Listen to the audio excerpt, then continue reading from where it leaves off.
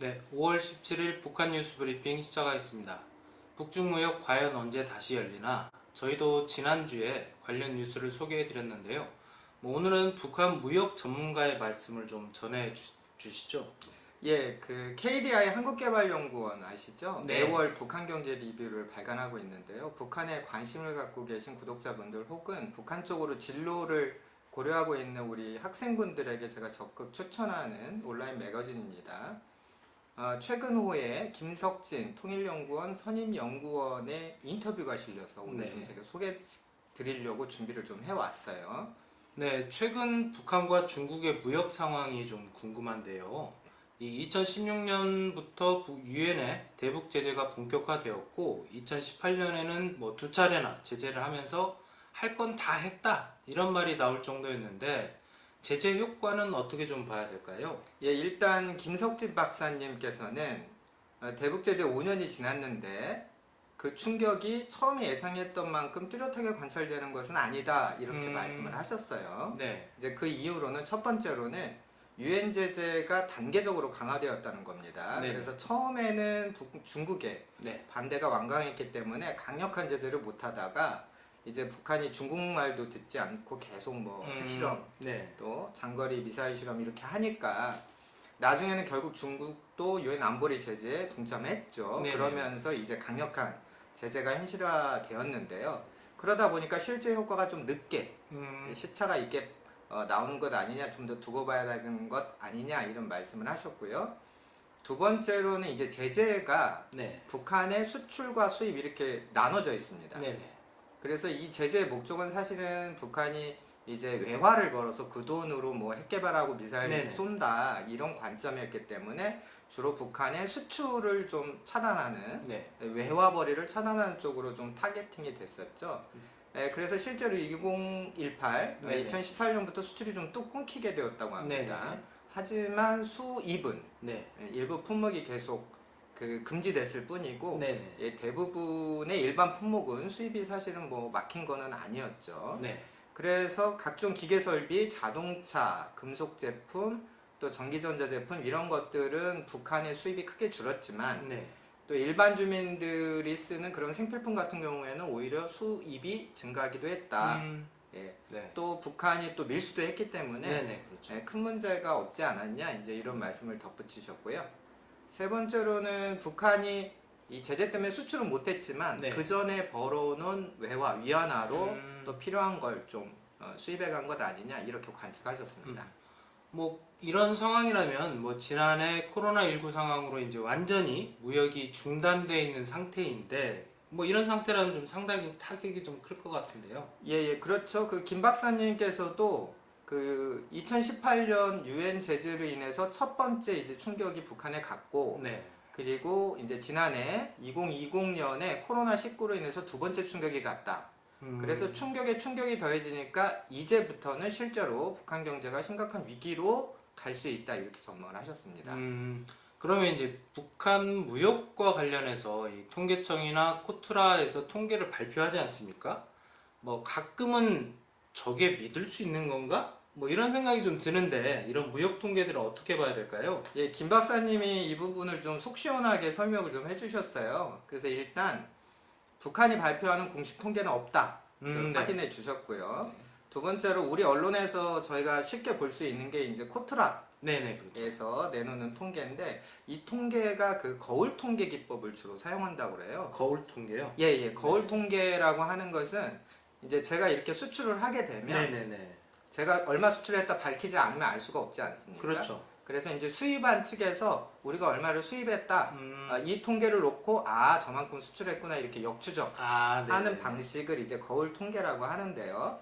근데 여기에서 약간의 좀 오차가 있다고 합니다. 그러니까 네. 코트라가 이걸 집계를 하는데 네. 코트라가 전 세계 모든 나라의 수출입 통계를 집계하는 게 아니라 그러니까 이 코트라 무역관이 진출해 있는 나라 대략 60개에서 80개 사이 왔다 갔다 하는 모양이에요. 네네. 그래서 이 나라에서 우리가 북한으로부터 얼만큼 수입했다 이 통계를 잡아서 네네. 역으로 북한이 이만큼 수출했다 이렇게 이제 추계를 하는 건데 네. 이 거울 통계가 생각보다 오차가 굉장히 크다고 합니다. 네. 예를 들면요 이제 한국이 2018년에 중국에 반도체를 463억 달러 수출을 했대요. 네. 이게 우리 통계죠. 네. 그런데 이제 중국은 같은 해 한국에서 우리가 반도체 823억 달러를 수입했다. 이렇게 잡았다는 겁니다. 2배 정도 차이나. 예, 그렇습니다. 이 네. 차이가 중개무역 때문에 발생한다는 거예요. 아. 그러니까 한국이 홍콩에 반도체를 수출을 하면 네. 홍콩을 거쳐서 중국으로 들어가게 되니까 네. 한국은 본행값, 네. 중국은 최종 홍콩을 경유해서 들어온 받은값 이런 네. 걸 하다 보니까 이렇게 이제 편차가 크다. 네. 그러니까 거울 통계라는 게 중간에 뭔가 껴있으면. 중개무역에 네. 껴있게 되면 이 수입국에서의 통계가 커지거나 이런 이제 네. 오차가 구조적으로 생길 수 있다는 거고요. 또 두 번째로는 굉장히 저도 재밌게 봤는데 네. 각 국가들이 북한과 무역 통계를 잡을 때 네. 오기가 생긴다는 거예요. 아. 잘못된 기로 뭐에서 생기냐면 네. 많은 나라들이 코리아 이렇게 음. 표기를 하다 보니까 사우스 코리아, 노스 코리아 구분을 못 해가지고 그냥 둘 다 코리아. 예. 아. 그런 문제가 생기는 거죠. 근데 왜 이런 문제가 또 생기냐면 한국은 1년 무역 액수가 1조가 넘는 1조 네네. 달러가 넘는 뭐 무역 대국에 속하는 편이고요. 그렇죠. 근데 북한의 뭐 무역 총액이라는 게 지금까지 믿을 수 있는 통계든 아니든 간에 네. 100억 달러 이상 나온 적이 없거든요. 그러니까 예를 들면 그러니까 한국 사우스 코리아에서 네. 수입한 걸 노스 코리아에서 수입한 것처럼 해서 그냥 둘 다 코리아로 해버리면 네네. 만약에 뭐 한국 무역 액수가 1년에 1조니까 거기에 0.02% 네네네. 정도만 5기가 있다 하더라도 북한이 수출하는 액수가 한 20억 달러 엄청난 액수가 갑자기 확 뛰게 되는 네네, 그렇죠. 이제 그런 문제가 생긴다고 해요. 물론 이제 북한이 주로 무역을 하는 네. 우리도 주로 무역을 하는 중국이나 일본 같은 경우에 이제 한자 문화권이기 때문에 네, 그렇죠. 자기네 문서 이 작성을 할 때 우리 구독자분들도 아셔야 되는데 이 한자 문화권에서는 저희는 한국, 네. 예, 북한은 조선 이렇게 네네. 하지 않습니다. 네네. 조선을. 네네. 그래서 이제 오차가 적은데 한반도에서 멀리 떨어진 나라 같은 경우에는 네. 아무래도 이제 코리아 네. 이렇게 하면서 그런 오기도 생길 수가 있다고 그래요. 그래서 네. 전반적으로 북한과 관련한 무역 통계가 좀 그 수치 자체를 액면 그대로 믿기는 어렵다. 김 박사님이 이런 지적을 해주셨습니다. 네, 그러면 이제 사실 북한의 무역에서 제일 중요한 대상이 중국인데 이 중국과의 무역 통계는 어떻게 좀 봐야 될까요? 예, 김 박사님께서는 그 중국과 무역에서는 네. 아예 통계에 잡히지 않는 부분이 많다. 예, 이렇게 언급을 일단 하셨어요. 그러니까 밀무역도 많고 비공식적인 뭐 지원 예, 이런 예. 것도 많고. 또 밀무역이 아니더라도 공식 무역이라도 이 북한의 무역 회사와 네. 중국의 그 상대방 회사가 무역 총액을 서로 합의해서 축소시킨다는 겁니다. 왜냐하면 이게 이제 평행의 눈치를 보는 건데요. 네네. 무역 액수가 늘어나면 네. 상납해야 될 돈이 늘어나니까 북한의 무역 회사들이 가능하면 줄인다는 거죠. 네네네. 네, 이런 문제에서도 좀 통계가 다 못 잡는 그런 것도 있고요. 네네. 또 말씀하셨던 것 중에 식품이나 석유, 소비재 같이 그 네네. 인민생활, 민생에 밀접하게 관련된 그런 품목들은 밀무역 비중이 공식무역보다 좀 더 많을 거라고 예상이 되기 때문에 네. 이런 것은 전체 추계에 좀 누락될 가능성이 아주 높다 이런 설명을 해주셨습니다. 네, 그러면 이제 대북 제재나 이 코로나19 문제를 빼면 기본적으로 이제 북한과 중국이 어떤 식으로 무역을 하는지 좀 궁금한데 그건 좀 어떤가요?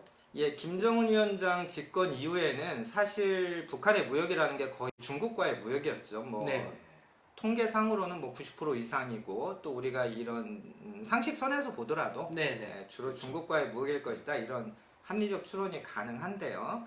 뭐 지리적으로는 중국의 동북 삼성 그러니까 뭐 요녕성, 길림성 또 흑룡강성 네네. 이런 데와 많이 거래하는 것도 있고 꼭 육로가 아니더라도 이 산동반도 쪽으로는 그냥 서해바다 건너서 네네네. 바로 배가 다닐 수 있기 때문에 이런 쪽과도 쉽게 무역을 할 수 있다고 합니다. 이제 구조를 보면 김 박사님이 이렇게 좀 분류를 하셨어요. 그러니까 수출 상품, 네. 북한이 중국에 수출하는 상품은 일단 무연탄 수출 비중이 압도적으로 높답니다. 무연탄. 예, 그리고 그 다음에 철광석, 네. 또 기타 광산물, 수산물, 또 의류 임가공 원료를 받아서 네네네. 만들어서 보내주는 거죠. 또 기초 금속 제품 이런 것도 있고요. 재밌는 거는 이런 수출 상품 구성이 1960년대부터, 그러니까 옛날부터 북한이 원래 그런 걸 중국에 많이 팔았다고 해요.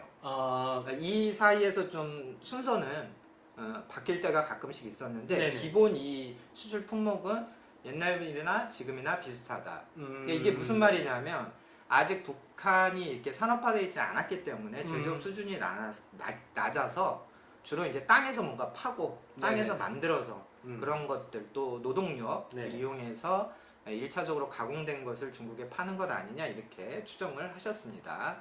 이제 북한이 수입하는 것도 궁금하죠.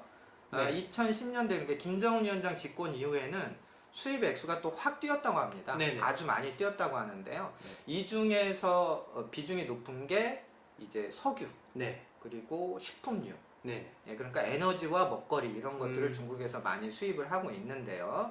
한편 눈에 띄는 것은 휴대폰, 네네. 자동차, 기계설비, 가전제품, 또 각종 산업용 원자재, 부자재 이런 것들도 수입량이 크게 늘었다고 합니다. 김 박사님이 강조해 주신 부분이 산업 원부자재인데요. 네. 산업 원자재, 부자재 수입이 늘었다는 것은 그것을 다시 인가공해서 뭔가를 만드는. 예, 중국에 판매를 하거나 아니면 북한 내수해서 이제 2차 가공을 해서 생산을 하는 이런 네네네. 용도를 쓰기 때문에 원부자재를 뭘 수입하고 얼만큼 수입하느냐 이것이 북한 경제 발전을 좀 추측해 볼 수 있는 조건이다 이렇게 지적을 해주셨어요. 네, 우리 언론에 이제 자주 등장하는 북중 무역 통계를 보면 뭐 이제 항상 북한이 적자 이렇게 나오는데 이게 나라 대 나라 간의 이 무역에서 이게 가능한 일인지 좀 궁금하거든요. 이건 어떻게 보십니까? 예, 김 박사님은 이 북한의 이제 대외 거래, 네. 대중 무역에서 상품 무역만 있는 건 아니다. 음, 그러니까 대외 거래 전체에서 보면 북한이 계속 적자를 기록하는 것이 수치상으로는 맞는데 네. 실제로는 상품 무역에서만 적자를 기록했을 것이다 이렇게 보시는 거예요. 네네. 일단 아까도 말씀드렸다시피 밀무에 이제 통계 안 잡히고요. 네. 이제 통계 잡히는 것만 보면 돈을 주고 받는 무역만 무역 통계에 잡히는 게 아니라 네. 돈이 오가지 않는 것도 포함이 된다고 합니다. 그러니까 원조 네. 예, 이런 것도 통계에 이제 무역 통계에는 잡히게 되고요. 또 중국 기업이 직접 투자한 거 네네. 이런 것도 이제 무역 통계에 잡히게 되는 거고요. 그래서 어쨌든 중국에서 북한으로 들어가는 거 네네. 이런 액수로 다 잡는 거기 때문에 북한이 그 상업적 무역 수부지 적자는 네네. 통계로 보이는 거에 비해서는 훨씬 적지 않겠냐. 네. 그래서 이 김 박사님이 아주 날카로운 지적을 해주셨는데 북한의 모든 중국을 포함한 대외 거래를 총괄해서 보면 네. 북한이 장기적으로 흑자를 기록하고 있을 가능성이 아주 높다.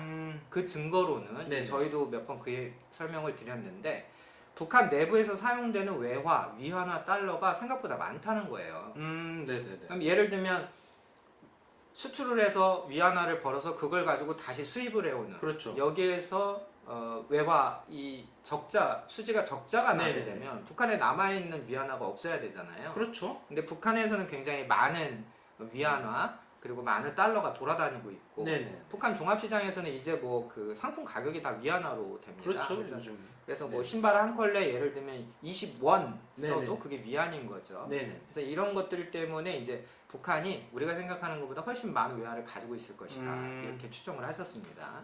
그렇다면 이제 이 외화 보유액이라고 이제 한국에서는 표현하는데 북한에도 이렇게 외화가 굉장히 많이 있다 이렇게 생각이 되는데 뭐 그렇게 보는 게 맞는 거겠죠? 예, 외화 보유액이 생각보다 많다 이제 이렇게 우리가 추정을 하는 게 맞는 것 같고요. 그러면 네. 북한의 GDP 1년 동안 총 생산 중에 무역 생산 네. 이게 또 어느 정도 될 거냐 여기까지 이제 생각이 미치게 되는데요. 네네.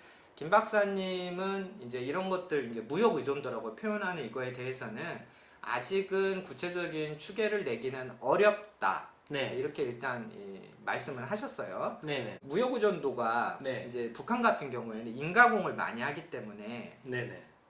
이 외화의 수출이 그러니까 입출입만 놓고 봐서는 무역 의존도를 또 잘 추계하기 어렵다 이런 말씀하셨는데 그 얘기가 무슨 말이냐면 인가공이 많은 나라는 네. 수입을 해서 다 써버리는 게 아니라 네. 다시 만들어서 다시 팔죠. 네네. 예. 그런 거기 때문에 들어오는 거 나가는 이 액수가 그 GDP에 다 잡히게 됩니다. 일종의 순수출 이런 걸로 네네네네. 잡히게 되는데 그렇기 때문에 북한이 중국의 의존도가 높은지 네. 또 생각보다 낮은지 이런 것은 아직은 좀 수치로 추계하기는 좀 섣부르지 않냐 이런 의견을 남기신 것 같아요. 네, KDI 북한 경제 리뷰 김석진 박사님 인터뷰 글을 저희가 게시판에 링크를 좀 걸어 놓겠습니다. 좋아요, 구독 많이 눌러주시면 저희가 이런 전문가분들 모시고 직접 말씀을 들어보는 시간도 좀 준비를 해보겠습니다. 네, 오늘 북한 뉴스 브리핑 여기까지입니다. 감사합니다.